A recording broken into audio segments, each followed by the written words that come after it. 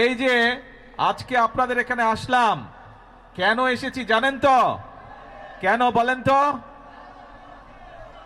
কি কেন এসছে বলেন তো ভাই? ওই যে দূরে দাঁড়াচ্ছেন, হ্যাঁ, খাল খননের জন্য। কি নাম খালটার? পাতালি খাল। এই খালটা কিন্তু আজকে যে আমরা পুনর্খননের কাজে হাত দিয়েছে, এই খালটা প্রথম খনন করেছিলেন আজকে থেকে 50 বছর আগে কে? শহীদ রাষ্ট্রপতি জিয়াউর রহমান। প্রিয় ভাই বোনেরা, এই খালটি আমরা এই জন্য খনন করতে চাই, কারণ আপনাদের নিশ্চয়ই মনে আছে, আপনারা নির্বাচনের আগে শুনেছিলেন যে আমরা দেশের মানুষের সামনে বলেছিলাম যে আমরা সরকার গঠন করতে, আল্লাহর রহমতে সরকার গঠন করতে সক্ষম হলে আমরা দেশের জন্য কতগুলো কাজ করতে চাই, এবং কি কি সেই কাজগুলো। সেই কাজগুলো ছিল আজ যে খাল খনন কর্মসূচি এখানে উদ্বোধন করলাম আমরা। এইরকম দেশে আমরা বিভিন্ন জায়গায় খাল খনন কর্মসূচি কাজ শুরু করতে চাই, পুনর্খননের কাজ শুরু করতে চাই, এবং ইনশাল্লাহ আগামী 5 বছর আমরা সারা বাংলাদেশে আমাদের লক্ষ্য হচ্ছে 20,000 কিলোমিটার খাল আমরা খনন করব। কারণ এই খাল, এই যে পাতালি খাল, এই খাল খনন করার ফলে আমরা দেখেছি প্রায় 40,000 মানুষ উপকৃত হবে। এই এলাকার প্রায় 1200 হেক্টর জমিতে পানির সুবিধা পাবে কৃষিকাজের সময়। প্রায় 1200 মেট্রিক টন খাদ্যশস্য বেশি উৎপন্ন হবে এই এলাকায়, এবং সরাসরি প্রায় 8,500 কৃষক ভাই সেই সেচ সুবিধা পাবে এই খাল পুনর্খনন করার মাধ্যমে। এইভাবে চিন্তা করুন, সারা বাংলাদেশে যদি আমরা যেই খালগুলোকে লক্ষ্য করেছি সেই খালগুলো যদি খনন এবং পুনর্খনন করতে পারি, তাহলে চিন্তা করুন এই একটি এলাকাতেই এই 10 বর্গ কিলোমিটার এলাকার মানুষ এই পানির সুবিধা পাবে। তার মধ্যে 40,000 মানুষ তো পানির সুবিধা পাবে, সাথে 8,500 কৃষক ভাই সরাসরি যারা কৃষক তারা সেই সুবিধা পাবে এই একটি উপজেলাতে, এই সদর থানাতেই। তাহলে চিন্তা করুন, আমরা যদি 20,000 কিলোমিটার খাল খনন করতে পারি, সারা বাংলাদেশে কত কৃষক ভাই সরাসরি সেচের সুবিধা পাবে। আমরা আগেই বলেছি, সব সময় বলছি, আজকেও বলছি, বিএনপির রাজনীতি হচ্ছে মানুষের জন্য রাজনীতি, এবং সেই জন্যই আমরা কৃষক ভাইদের পাশে দাঁড়ানোর জন্য, কৃষক ভাইদের সুবিধার জন্য, কৃষক ভাইদেরকে স্বাবলম্বী করে গড়ে তোলার জন্য আমরা এই খাল খনন কর্মসূচি যেমন শুরু করেছি, একই সাথে আমরা নির্বাচনের আগে বলেছিলাম যে আমরা কৃষক ভাইদেরকে প্রতি বছর তাদের বীজ, কীটনাশক, ওষুধ বলুন, সার বলুন কেনার জন্য প্রতি বছর এককালীন আমরা তাদেরকে 2,500 টাকার একটি সুবিধা দিতে চাই, এবং সেটি দিব আমরা ইনশাল্লাহ কৃষক কার্ডের মাধ্যমে। এই কথাটা আমরা বলেছিলাম। আপনারা জানেন 2 দিন আগে আমরা বাংলাদেশে বিএনপি, এই বর্তমান সরকার গত ফেব্রুয়ারি মাসের 17 তারিখে সরকার গঠনের পরে এই গত 2 দিন আগে আমরা বাজেট উপস্থাপন করেছি।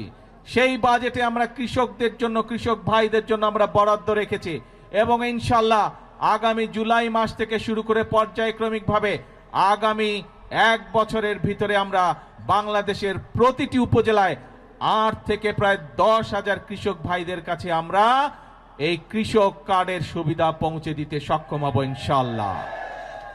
প্রিয় ভাই বোনেরা, আগেই বলেছি আমাদের রাজনীতি হচ্ছে এই বাংলাদেশের জন্য, আমাদের রাজনীতি হচ্ছে এই বাংলাদেশের মানুষের জন্য। আমরা জানি গ্রামে গঞ্জে মিলিয়ে বাংলাদেশের শতকরা 70 থেকে 80% মানুষ, খেটে খাওয়া মানুষ বাংলাদেশের গ্রাম অঞ্চলগুলোতে বাস করে। বাংলাদেশের জনসংখ্যার অর্ধেক হচ্ছে নারী। এখন এই নারীদের দেশনেত্রী খালেদা জিয়া শিক্ষার ব্যবস্থা করে দিয়ে গিয়েছিলেন, বিনামূল্যে শিক্ষা ব্যবস্থা। সেই শিক্ষা ব্যবস্থা ক্লাস 1 থেকে ইন্টারমিডিয়েট পর্যন্ত দেশনেত্রী খালেদা জিয়া করে দিয়ে গেছিলেন। এই নারীরা যদি শিক্ষিত না হয়, তারা যদি স্বাবলম্বী হতে না পারে, তাহলে পুরুষের পাশে দাঁড়াতে পারবে না এবং বাংলাদেশ এগিয়ে যেতে পারবে না।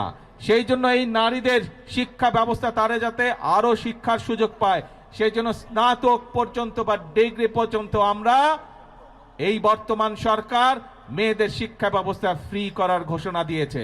এবং শুধু তাই নয়, একই সাথে আমরা যারা ভালো রেজাল্ট করবে তাদেরকে আমরা উপবৃত্তিও দিব, সেই ব্যবস্থাও আমরা রেখেছি এই বাজেটের মধ্যে।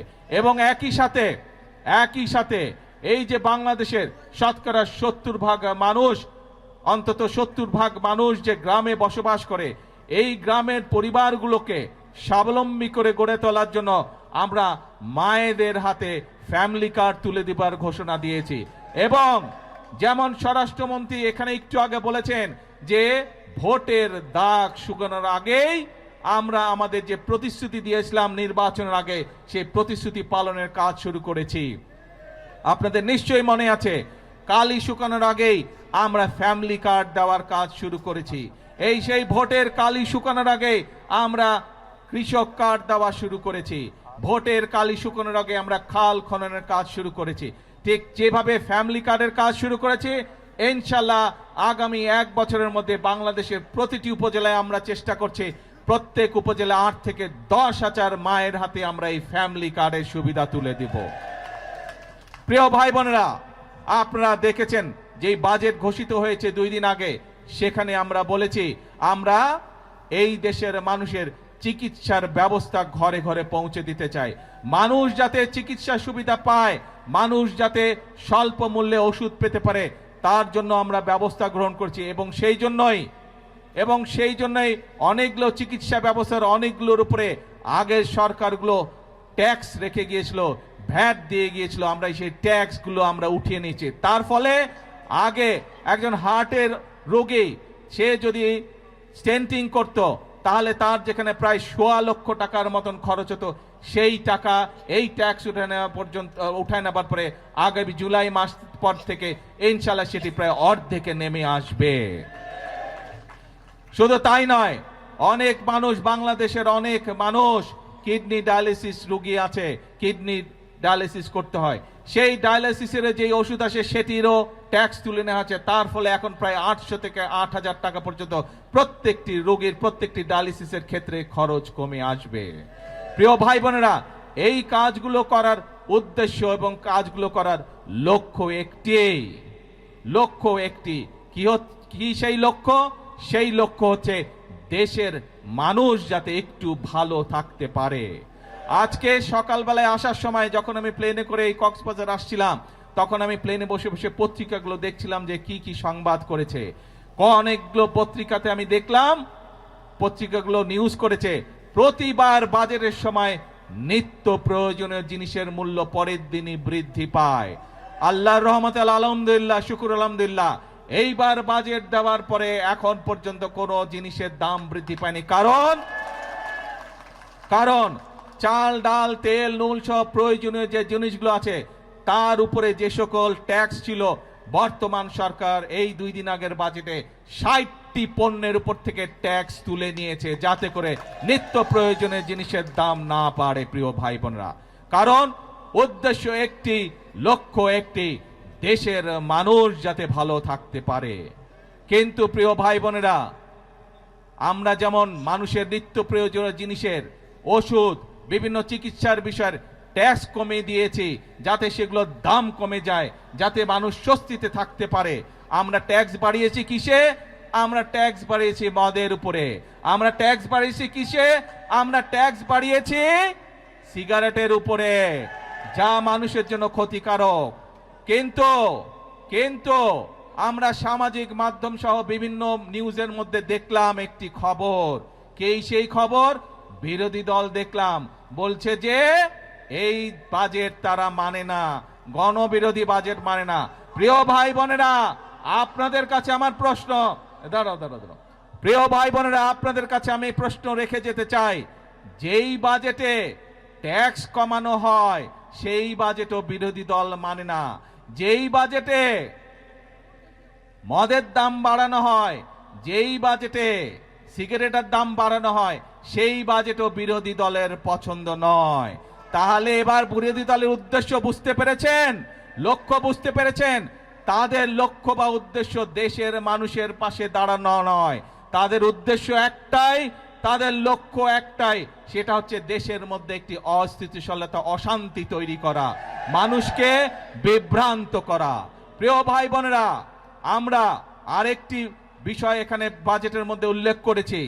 বাংলাদেশ কৃষি প্রধান দেশ, কিন্তু কৃষির সাথে সাথে একই সাথে আমাদেরকে শিল্প বাণিজ্য গড়ে তুলতে হবে, এবং সে কারণেই শিল্প বাণিজ্য যদি গড়ে উঠতে পারে আমাদের সন্তানরা সেখানে কর্মসংস্থানের ব্যবস্থা হবে, চাকরি বাকরি ব্যবসা বাণিজ্য করতে পারবে। এবং সে কারণেই যে সকল শিল্প দেশে উৎপন্ন হয়, যে সকল দ্রব্য দেশে উৎপাদিত হয়, একই জিনিস যেগুলো বিদেশ থেকে আসে সেগুলোর উপরে আমরা ট্যাক্স বাড়িয়েছি, যাতে করে দেশে যেই দ্রব্যটি উৎপাদিত হচ্ছে সেই দ্রব্যটি যারা উৎপাদিত হচ্ছে সেই শিল্প কারখানাটি যাতে সাপোর্ট পেতে পারে তার ব্যবস্থা আমরা এই বাজেটের মধ্যে রেখেছি। এটিও বিরোধী দলের পছন্দ নয়। এখন প্রিয় ভাই বোনেরা, দেশের মালিক আপনারা, দেশের মালিক কোনো রাজনৈতিক দল নয়, দেশের মালিক কোনো পরিবার নয়, দেশের মালিক হচ্ছে বাংলাদেশের 20 কোটি জনগণ। এই 20 কোটি জনগণ যারা দেশের মালিক, আপনাদের কাছে আমি প্রশ্ন রেখে যাচ্ছি, আপনাদের কাছে আমি বিচার দিয়ে যাচ্ছি যে যারা জনগণকে বিভ্রান্ত করতে চায়, যেই বাজেটের মাধ্যমে জনগণের জন্য স্বস্তির ব্যবস্থার চেষ্টা করছে সরকার, সেই বাজেট বলে বিরোধী দল মানে না। তারা দাবি তুলেছে কেন মদের উপরে আমরা ট্যাক্স বাড়ালাম, তারা দাবি তুলেছে কেন আমরা সিগারেটের উপরে ট্যাক্স বাড়ালাম। এই তাদের দুঃখ, তাদের কষ্ট, কেন বর্তমান সরকার 60টি নিত্য প্রয়োজনীয় দ্রব্যমূল্যের ট্যাক্স কমিয়ে দিল, এই হচ্ছে তাদের দুঃখ। তাহলে কি এরা জনগণের বন্ধু হলো?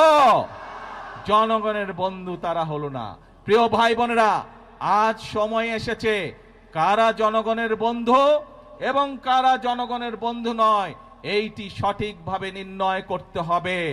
আমরা অতীতে আমরা দেখেছি জনগণকে বিভ্রান্ত করে অনেকে অনেক কথা বলেছে, কিন্তু জনগণের ভাগ্য পরিবর্তন হয়নি, দেশের ভাগ্য পরিবর্তন হয়নি। এই প্রথম আমরা চেষ্টা করছি প্রিয় ভাই বোনেরা।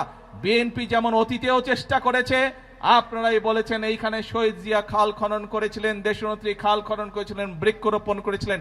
এই কাজগুলোর মাধ্যমে ধীরে ধীরে দেশের অবস্থার পরিবর্তন হচ্ছিল, কিন্তু যারা বিভ্রান্তকারী, যারা ষড়যন্ত্রকারী, বিভিন্ন সময় তারা ষড়যন্ত্র করেছে এবং ষড়যন্ত্র করে মানুষের ভাগ্যের পরিবর্তনের যে গতি তাকে তারা বন্ধ করতে চেয়েছিল।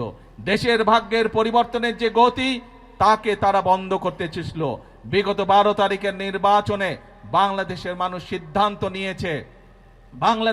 সিদ্ধান্ত নিয়েছে দেশের জন্য যারা কাজ করে তাদেরকেই বাংলাদেশের মানুষ দায়িত্ব দিয়েছে। আগেই বলেছি আমাদের সকল বিএনপির সকল ক্ষমতার উৎস হচ্ছে জনগণ, কাজেই জনগণের শক্তি হচ্ছে আমাদের শক্তি, জনগণের সমর্থন হচ্ছে আমাদের সবচেয়ে বড় সমর্থন, জনগণের শক্তি হচ্ছে আমাদের সবচেয়ে বড় শক্তি। আমাদের সাথে জনগণের সমর্থন আছে বলেই যতক্ষণ আমাদের এই ধরে প্রাণ থাকবে আমরা ততক্ষণ পর্যন্ত এই দেশ এবং এই দেশের মানুষের জন্যই কাজ করে যাব, এবং এই কাজের মাধ্যমেই আমরা চেষ্টা করব সর্বোচ্চ শক্তিতে ইনশাল্লাহ চেষ্টা করব এই দেশের ভাগ্যের পরিবর্তন করার জন্য, এই দেশের মানুষের ভাগ্যের পরিবর্তন করার জন্য। কারণ এই দেশই হচ্ছে বিএনপির প্রথম ঠিকানা, এই দেশই হচ্ছে বিএনপির শেষ ঠিকানা। সেজন্যই প্রিয় ভাই বোনেরা, আজকে আসুন, দেশ আমাদের সকলের, এই দেশই আমাদের প্রথম ঠিকানা, এই দেশই আমাদের শেষ ঠিকানা। সেজন্যই আমরা বলি এই দেশকে গড়লে আমরাই ভালো থাকবো, আমাদের সন্তানরাই শান্তিতে থাকতে পারবে। এই দেশকে যদি আমরা গড়তে না পারি তাহলে আমাদের সন্তানরা দুঃখ কষ্টে থাকবে। কেউ কি চায় নিজের সন্তান কষ্টে থাকুক? কেউ আমরা চাই না। সেজন্যই আমরা একটি কথাই বলি সব সময়, করব কাজ সবার আগে বাংলাদেশ। আল্লাহ হাফেজ। বাংলাদেশ জিন্দাবাদ।